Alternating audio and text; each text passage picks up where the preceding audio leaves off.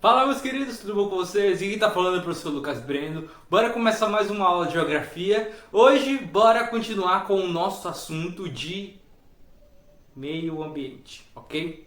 Como eu estava trabalhando nas nossas aulas passadas, estávamos trabalhando acerca de meio ambiente, falamos um pouco das conferências ambientais e também dos impactos ambientais, tá bom? Continuando essa onda que a gente estava falando sobre o meio ambiente, nada mais importante do que a gente falar sobre um tema muito importante e também recorrente nas provas de vestibulares, recorrente no dia a dia e importante para a formação de vocês. Isso mesmo.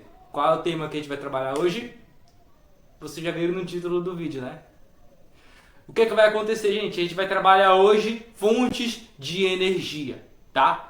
Quais são os tipos de fontes de energia? Como são caracterizadas essas fontes de energia? Qual a sua formação? Qual o seu uso? Quais suas possibilidades? E quais seus impactos, ok? Então a gente vai entender na aula de hoje os impactos das fontes de energia e também os seus lados positivos, tá bom? Então, para a gente não demorar muito nessa aula, eu quero fazer uma aula mais rápida, né? Trabalhar bem diretamente no assunto.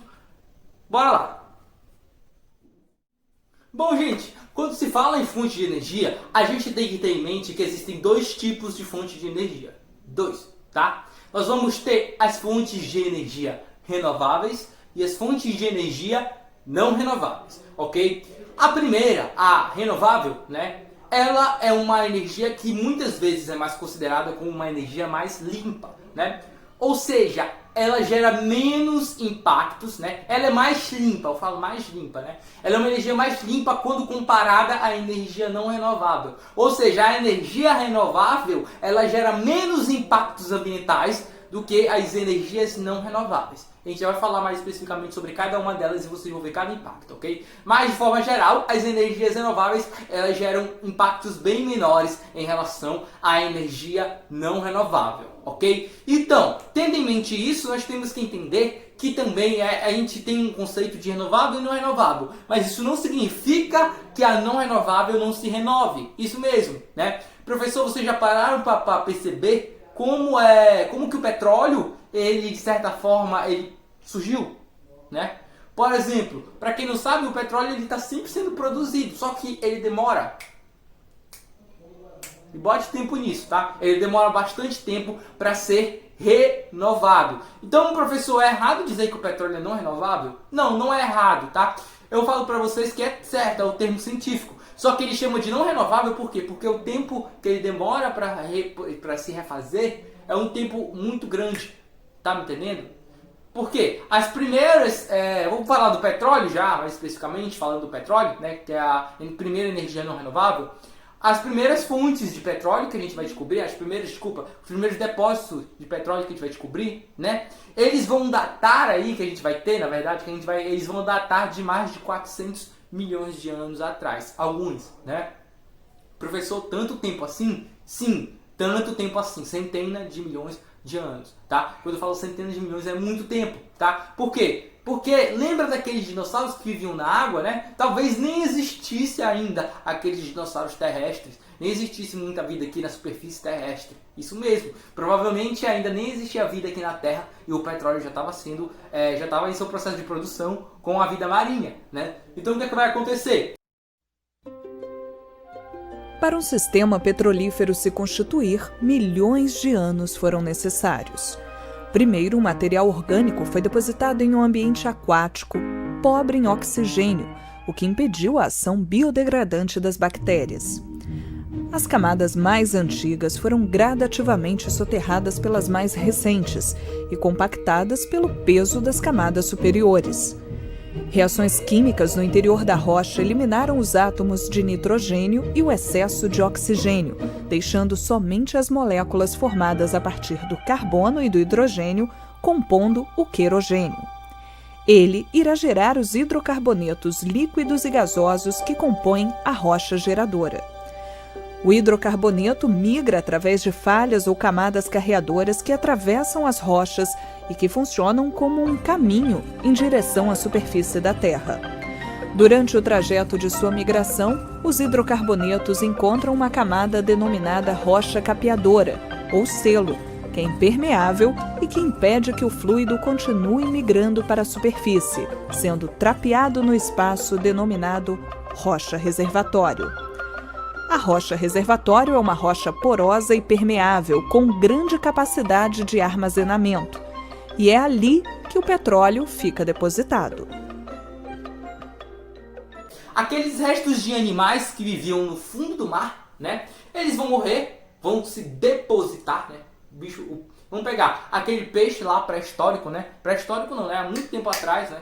Lá dos 400 milhões de anos atrás, ok? Ele vai pegar, né? E vai morrer. Puf, o peixinho morreu. Ele vai cair sobre a superfície da areia, daquele solo, né? Daquele solo lá da Terra, durante aquele período. E ao longo ao longo dos anos vai acontecer um processo chamado sedimentação. Isso mesmo, né?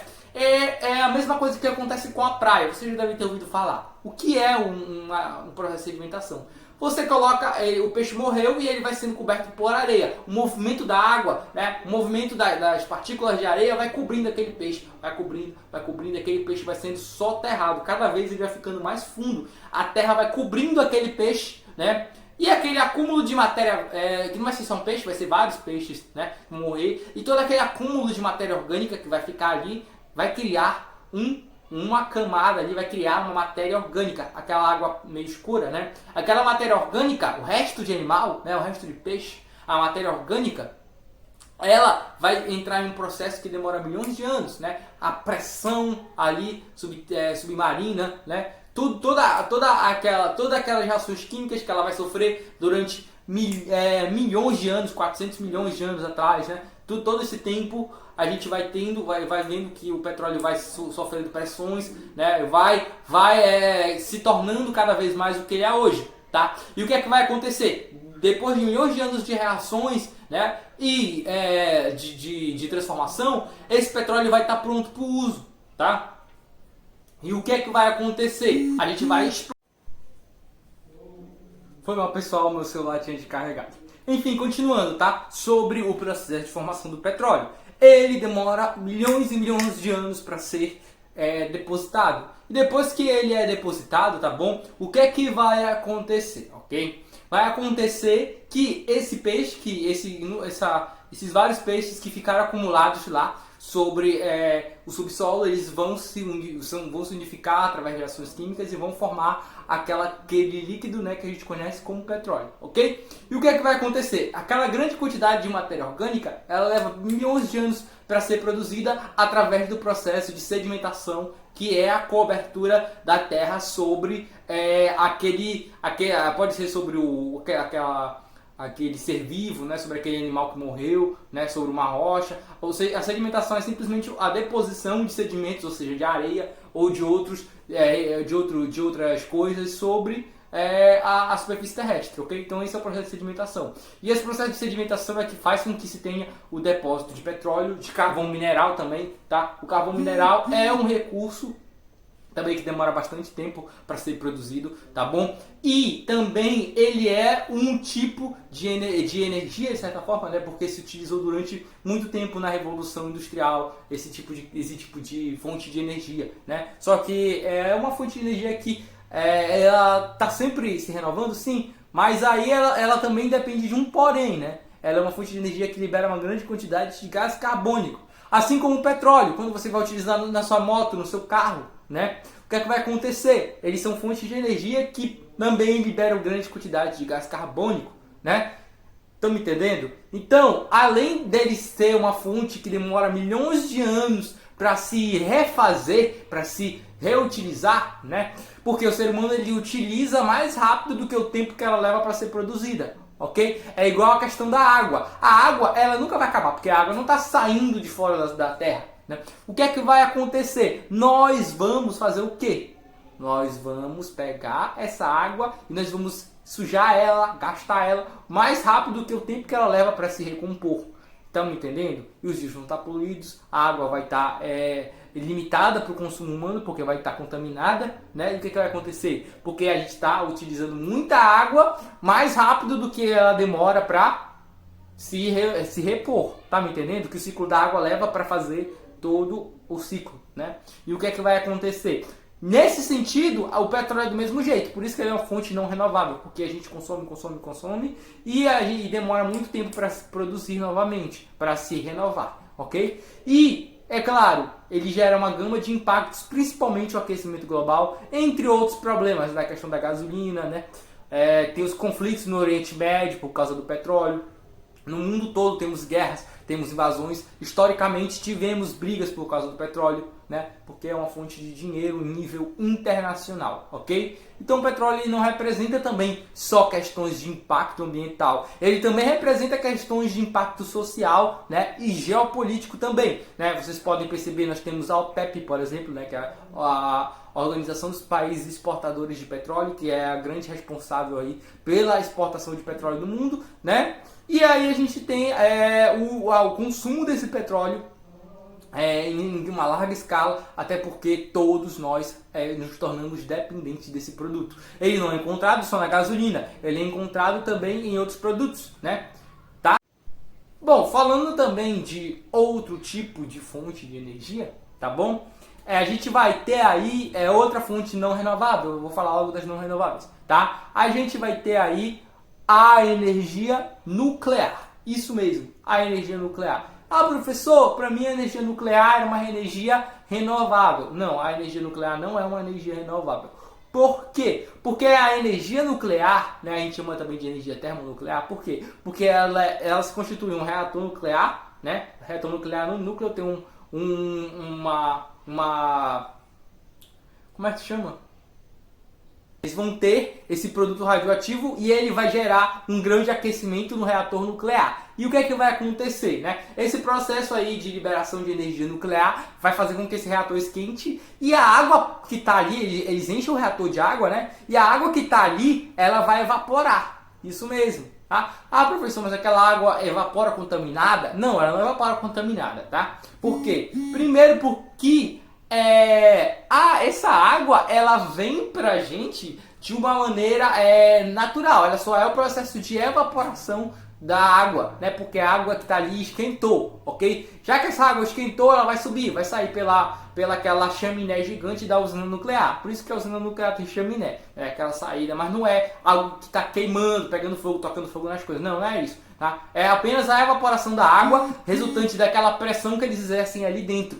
E aquela pressão do vapor de água condensado, ele vai mover as máquinas, né? E é a mesma coisa da Revolução Industrial, é uma máquina de vapor gigante. E o vapor vai mover uma máquina, né? E eles também podem usar a energia nuclear de outras maneiras, né? Não só nessa maneira que eu falei para vocês, com a questão da evaporação. Eles também podem usar a própria energia do núcleo do reator nuclear, como podem transformar essa energia em energia reutilizável, tá? Então tem várias maneiras de se utilizar a energia nuclear. Essas são algumas delas, ok? Até explodir pessoas, é uma coisa que eles já fizeram com a energia nuclear, tá? Mas isso é outra aula, tá?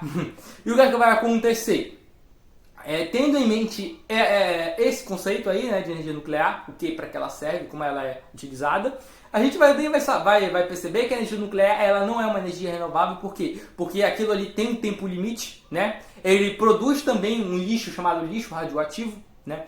Ou seja, tudo que é ali que é utilizado dentro da usina nuclear e entra em contato com material radioativo é descartado. Mas é claro, né? Descartar material radioativo na natureza não é nada bom, né? Gera um grande impacto ambiental. E é exatamente isso, né? O maior problema das usinas nucleares é o descarte do lixo radioativo, né? E também os problemas relacionados quando acontece um caso como o de Chernobyl, por exemplo. Não é um impacto ambiental? Como a usina de Fukushima, né? Entre outros, aí teve até que na Angra dos Reis, parece um tempo atrás, eu não lembro a data, teve aí um vazamento nuclear. Então isso é algo que é perigoso e gera impactos para a natureza e para o homem, tá? Então é por isso que a energia nuclear, ela tem também, ela não é uma energia renovável, ok? Ela é uma energia que gera muitos impactos ambientais, ok? Então essas são energias não renováveis. Já falando das energias renováveis, a gente vai ter aí a energia eólica, a energia geotérmica, tá? A energia solar, tá bom? Eu vou falar mais dessas daí e a biomassa, eu vou falar dessas, tá? Bora começar pela energia eólica. A energia eólica, vocês já devem ter ouvido falar dela, né? Como é que ela funciona. Ela está sendo amplamente utilizada no litoral do Nordeste, visto que lá a quantidade de vento recebida também é muito grande, tá bom? E eles também aproveitam que lá é uma área com muitas planícies para receber grande quantidade de vento e espalhar essa ideia da energia eólica aí pela região Nordeste, tá bom? E o que é que vai acontecer, tá? A energia eólica, ela tem só uma questão. Ela é uma energia sustentável, uma energia bastante limpa. O problema é seu custo de manutenção e seu custo de aplicação. É muito caro, né? Pelo menos todo tipo de energia que ela não vai gerar um lucro a longo prazo, ela vai gerar um valor, né, de aplicação muito grande, né? E um custo de manutenção. Ou seja, a energia eólica, ela produz bastante energia? Produz. Ela é uma das vertentes da energia cinética. A movimentação daqueles catamentos vai gerar a energia cinética e a energia cinética vai ser transformada aí em energia para nossas casas, né? E o que é que vai acontecer? É exatamente isso, né? A gente vai ter aí um grande custo de manutenção, né, para esses transformadores de energia eólica, né, que vai transformar a energia cinética em energia de casa mesmo, né, na energia elétrica, ok? Então esse é um dos grandes problemas da energia eólica, tá? O seu grande problema de custo-benefício, tá? Outra energia que também muitas pessoas estão utilizando agora, né? Algumas pessoas que eu até conheço estão aplicando, é a energia solar. Sim, ela é uma grande concorrente aí com a energia hidrelétrica, que também esqueci de falar que a energia hidrelétrica é uma energia renovável, ok? Por quê? A energia solar é uma energia renovável porque ela é praticamente infinita e é a energia que a gente mais tem acesso e a energia mais viável de todas é a energia solar, né? Ela tem um custo bem alto de aplicação inicial, mas depois que você aplica a energia solar, é só good vibes, né? Você fica tranquilo, para de pagar a conta de energia elétrica. Era para parar, né? Porque você sabe, né? A CELPA não abre mão. Mesmo se você aí... A CELPA não, agora é Equatorial, né? Se você aí tiver na sua casa um painel de energia solar, você sabe que você tem que pagar a energia elétrica do mesmo jeito. Porque você não pode depender essencialmente, senão todo mundo ia colocar, né, energia solar. Tá? E aí a CELPA não quer perder cash, então o que é que vai acontecer? Tá? Você tem que pagar uma taxa de 10% do que você aí vai ter que pagar 10% de energia para a CELPA, tá? Você vai ter que pagar 10%. 10%, né? Se você pagava R$1.000, agora você vai pagar só 10% desses R$1.000, então já é uma vantagem, né? Tá? Então a energia solar, além dela ter essas vantagens de econômicas, né? A energia solar, ela também é uma grande concorrente aí com a energia hidrelétrica, como eu falei, e ela também é uma energia, né, que é derivada de como é que ela funciona. Ela recebe aquelas grandes placas solares, recebem os fótons, né, e esses fótons eles vão ser energizados com a energia solar e, como eles são energizados, a energia desses fótons, que é a luz que vai estar sendo absorvida pelaquela placa, vai ser transformada em energia elétrica, né? E aí você vai ter uma bateria na sua casa, onde através dessa bateria vai ser armazenada grande quantidade de energia, né? Aí fica aí a questão, né? O tanto de energia que você vai usar, quanto maior a sua bateria em casa, mais energia você vai poder utilizar, ok? Se você tem uma bateria de 1.000 watts, né? De sei lá quantos 1.000 watts você vai ter mais potencial de energia para usar em casa.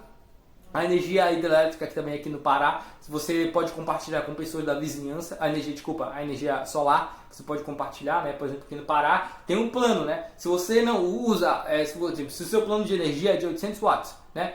800 kW, você vai aí utilizar, por exemplo, só 500. Esses 300 que vão sobrar aí para você pode dividir com o vizinho, né? Descontar 300 kW da conta de energia dele, tá me entendendo? É só um exemplo. Então tem muitas coisas bem aqui no Pará, pelo menos eu vejo muito crescendo a questão da energia solar. E eu também vejo isso muito pelo Brasil inteiro, né? Que as pessoas estão começando a aderir, dado a questão da energia hidrelétrica. Ela é uma energia muito boa, né? Ela gera impactos também, tá? Para mim, a que gera menos impactos em termos de produção de energia é a energia solar. Porque todas as outras vão ter grandes, você vai ter descarte de material, vai ter o processo de fabricação desse material. A energia solar, aqueles painéis são feitos e fazem todo um processo para que se virem aquelas placas, tá? E aí elas vão absorver. Professor, pensei que era feito de folha para fazer fotossíntese para absorver. Não é nada disso não, tá? Então o que é que vai acontecer? Essa energia solar, ela é muito aplicada agora, está sendo muito aplicada, e ela é uma energia renovável, ok? Visto que o sol sempre vai estar brilhando sobre nossas cabeças. É para estar, né?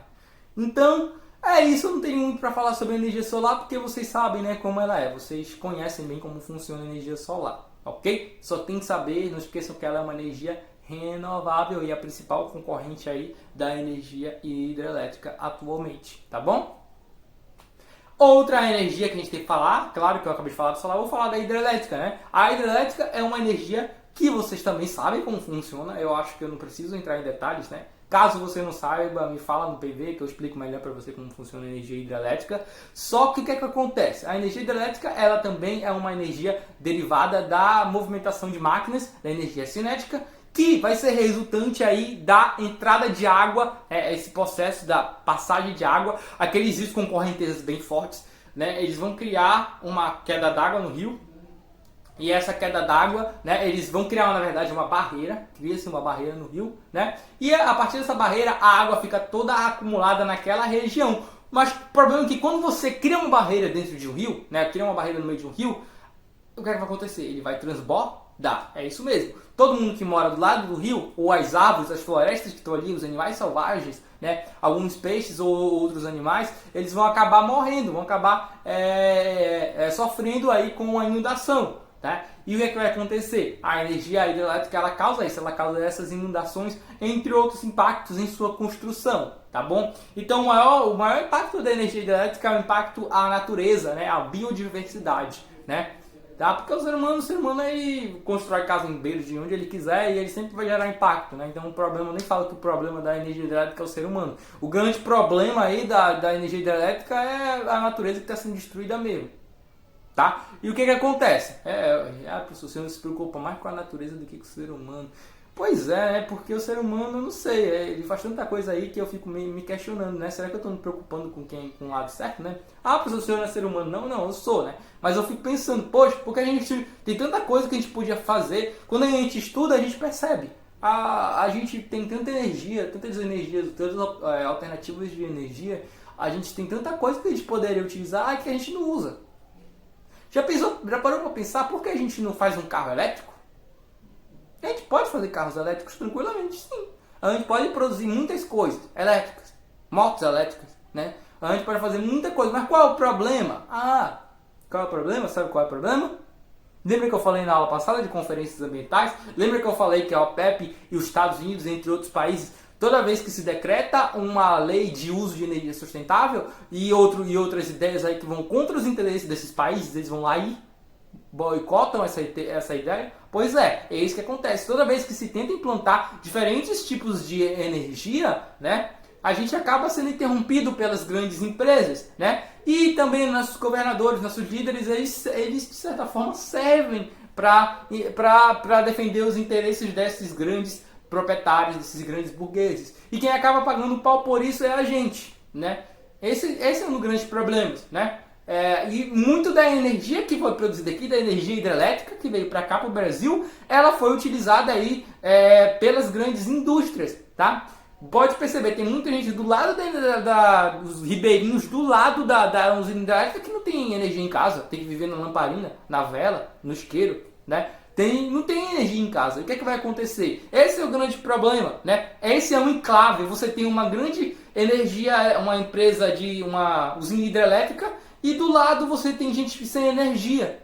Por quê? Porque essa energia ela não é derivada, essa usina hidrelétrica ela não foi construída para atender os interesses da população, apesar de atender os interesses da população, né? Bem entre aspas, tá?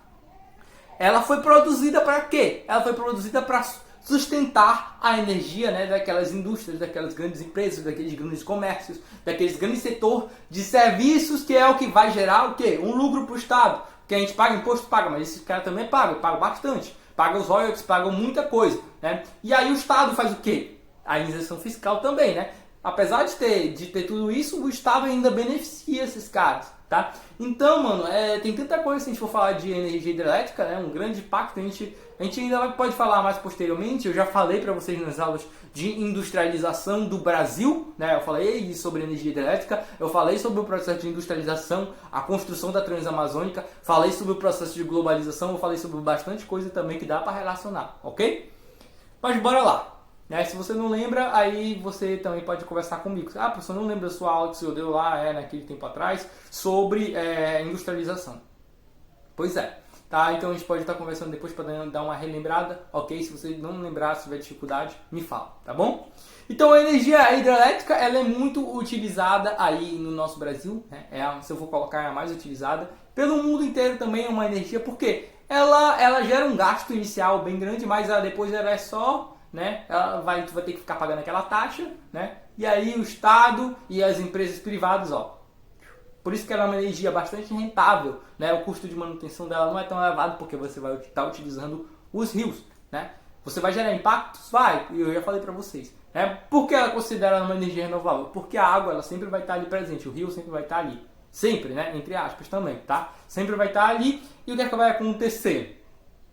Essa passagem de água vai mover as máquinas e vai fazer com que se tenha energia elétrica, tá? Então por isso que ela é uma energia renovável. Ela também gera impactos, mas também não são tantos impactos como a liberação de CO2 pela atmosfera, como o petróleo ou outras fontes de energia que são biocombustíveis, ok?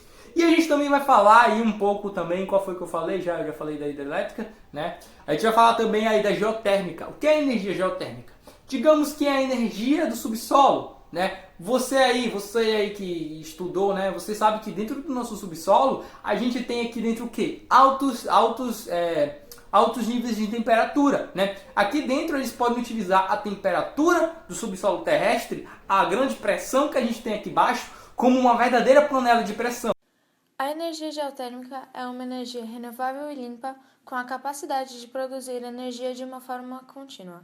Para isso, o primeiro passo: detectar onde está localizada a reserva geotérmica. Podemos encontrar reservas geotérmicas em lugares onde existe atividade vulcânica e movimento das placas tectônicas. Lá podemos encontrar água quente ou vapor perto da superfície. Para gerar a eletricidade, se extrai vapor ou água quente que vem da reserva geotérmica, que está localizada a muitos metros abaixo da superfície da Terra. O vapor chega até a superfície por meio de canos e começa a mover uma turbina conectada a um gerador que converte vapor em eletricidade. Logo que o vapor passou pela turbina, ele esfria e se torna água novamente, pronto para recomeçar o ciclo. Imagina que a Terra é uma panela de pressão, né? E quando você tira aquele barulhinho, né? Quando tira aquela tampinha da sua panela, fica saindo aquele vapor, né? É exatamente isso que acontece aqui dentro. Então eles querem pegar esse vapor, essa pressão interna da Terra, para poder utilizar isso como energia, tá? Então isso é energia geotérmica. Mas aí, como eu falei para vocês, eles vão pegar e colocar tubos, né? Para absorver a energia do subsolo, né? Essa energia vai ser transformada em energia de vapor e pressão, vai ser transformada em energia elétrica, tá bom? É assim que vai funcionar e vai ser levada para suas casas, tá? Bom, quais seriam os impactos disso? Poucos, né? Porque você tinha que cavar o subsolo, né? Mas aí você também poderia gerar danos à superfície terrestre, né? Tem tudo isso. Mas não é um impacto gigantesco se você for comparar com com um biocombustível como o petróleo, né? Com o biocombustível, com o petróleo em si, né? Como a energia nuclear, né? Não vai gerar os mesmos graus de impacto, né? Como foi Chernobyl, por exemplo, né? Isso aí é complicado, né? Tá? Então, é exatamente isso. A energia geotérmica é uma energia mais sustentável, gera impacto, gera porque ela vai causar aí essa perfuração na superfície terrestre, né? Mas em comparação é uma energia infinita, porque a Terra sempre vai estar aí, né? Sempre, tá? Sempre vai estar aí para a gente poder utilizar aí a energia que tem aí debaixo dos nossos pés, ok? Então essa é a energia geotérmica, tá? Outra energia que a gente vai ter é a energia da biomassa, tá? A biomassa é a energia que é derivada aí, por exemplo, eu vou colocar um exemplo para vocês. Quando você vai numa empresa, eu já viajei uma vez para Carapiaçu, né? Eu já me formei lá, na verdade. E quando eu estava me formando, eu fiz uma visita numa empresa chamada... Esqueci. Eu não lembro o nome agora. Mas eu sei que era uma empresa que produzia D&D, ok? E essa empresa que produzia D&D, ela pegava o fruto do D&D, botava numa prensa e amassava para extrair todo aquele óleo do D&D. Tá me entendendo? Eles botavam um monte de D&D na prensa e esmagavam o D&D. Aí saía todo aquele óleo do D&D. Acho que dá pra entender, né? Todo aquele óleo que saía era o que eles queriam, né? E aquele bagaço que ficava tipo a polpa do D&D, né? Aquele bagaço, o que é que eles faziam, né? Eles pegavam essa polpa e jogavam, descartavam, né? E aí, depois de um tempo, com os avanços tecnológicos, eles começaram a utilizar a própria polpa, aquele resto de bagaço do D&D, para produzir energia para mover as máquinas, né? Uma espécie de energia a vapor, e também utilizar para aquecer os fornos, tá bom? Então, aí isso é a biomassa. Por exemplo, o açaí também. Tem gente que usa o açaí, o caroço de açaí, aquele que bate açaí, né? Eles saem pegando os pontos de açaí, aquele caroço para poder fazer o quê? Para poder queimar aquele caroço para fazer farinha, né? Eles botam lá, queimam, e aí quando eles estão queimando, eles ficam fazendo aquela farinha, né? Aquele fornão lá, né? Vocês já devem saber como é que funciona o processo de fabricação da farinha. Se vocês não souberem, eu vou botar uma foto aqui, ó. Eles ficam mexendo nesse forno aí um tempão, até ela ficar com aquela consistência que vocês conhecem, né? Crocantezinha, tá? Então o que é que vai acontecer? Eles botam aí debaixo desse forno, eles colocam o açaí, ou a polpa de D&D, ou outra matéria orgânica, né? Para ser queimada. Professor, mas isso gera impacto ambiental, porque vai liberar CO2. Sim, né? É isso mesmo. Ah, professor, então por que ela é uma energia renovável e sustentável? Não, ela não é uma energia totalmente sustentável. Ela é sustentável porque ela, de certa forma, sustentável, porque ela libera pra gente tipo, o lixo, né? Você jogar tudo aquilo fora. Em vez de você jogar fora aquele monte de polpa, você vai reutilizar aquilo ali, de polpa não, de bagaço, você vai utilizar aquilo para poder queimar, e você vai fazer uma espécie de reutilização, né? Então isso é por isso que a energia da biomassa está sendo muito utilizada, porque ela é uma espécie de reutilização dos recursos que você já tem. Em vez de você jogar fora, você vai reutilizar, né? E para produzir energia, geralmente é energia de combustão, ok? Então é por isso que chama de combustível fóssil, biocombustível ou biomassa, tá? Desculpa, falei combustível fóssil, tá? Biomassa, ok? A biomassa ela é utilizada para se ter aí pegar essa polpa, queimar para produzir determinados tipos de produtos para mover máquinas, né? Vapor, tá? Pode ser para vários objetivos que você tem, você vai gerar calor com aquele tipo de energia, ok? Então, gente, a gente teve essa aula por hoje, ok? Eu falei basicamente de uma maneira mais rápida sobre aí os tipos de energia sustentáveis e também as renováveis e não renováveis, ok? Caso vocês tenham alguma dúvida, é só me chamar no PV, tá? Eu quis fazer uma aula bem rápida, ok? Eu tive esse problema aí no celular, tá bom? Então, caso tenha tido esse corte de raciocínio, vocês me falam que eu tiro qualquer dúvida com vocês, ok? Então, a gente se vê aí. Até a próxima, tá bom?